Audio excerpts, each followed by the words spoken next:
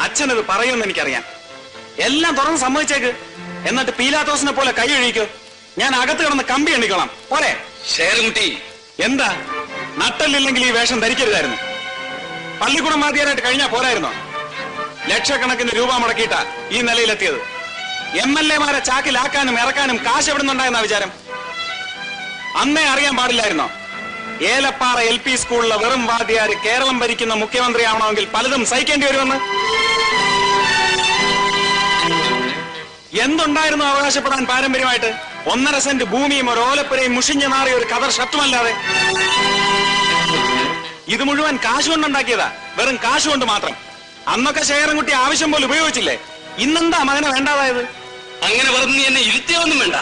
അധികാരത്തിന്റെ സ്വാധീനം നിനക്ക് ആവശ്യമായിരുന്നു. എന്താ സംശയം? പിന്നെ മോക്ഷം കിട്ടാനാ ഇഞ്ചിക്കാട്ട് രാമകൃഷ്ണപിള്ളയെ മുഖ്യമന്ത്രിയാക്കാൻ ശേഖരൻകുട്ടി പാടുപെട്ടത്? ശേഖരൻകുട്ടി സാറിന്റെ പ്രശ്നം എന്താ?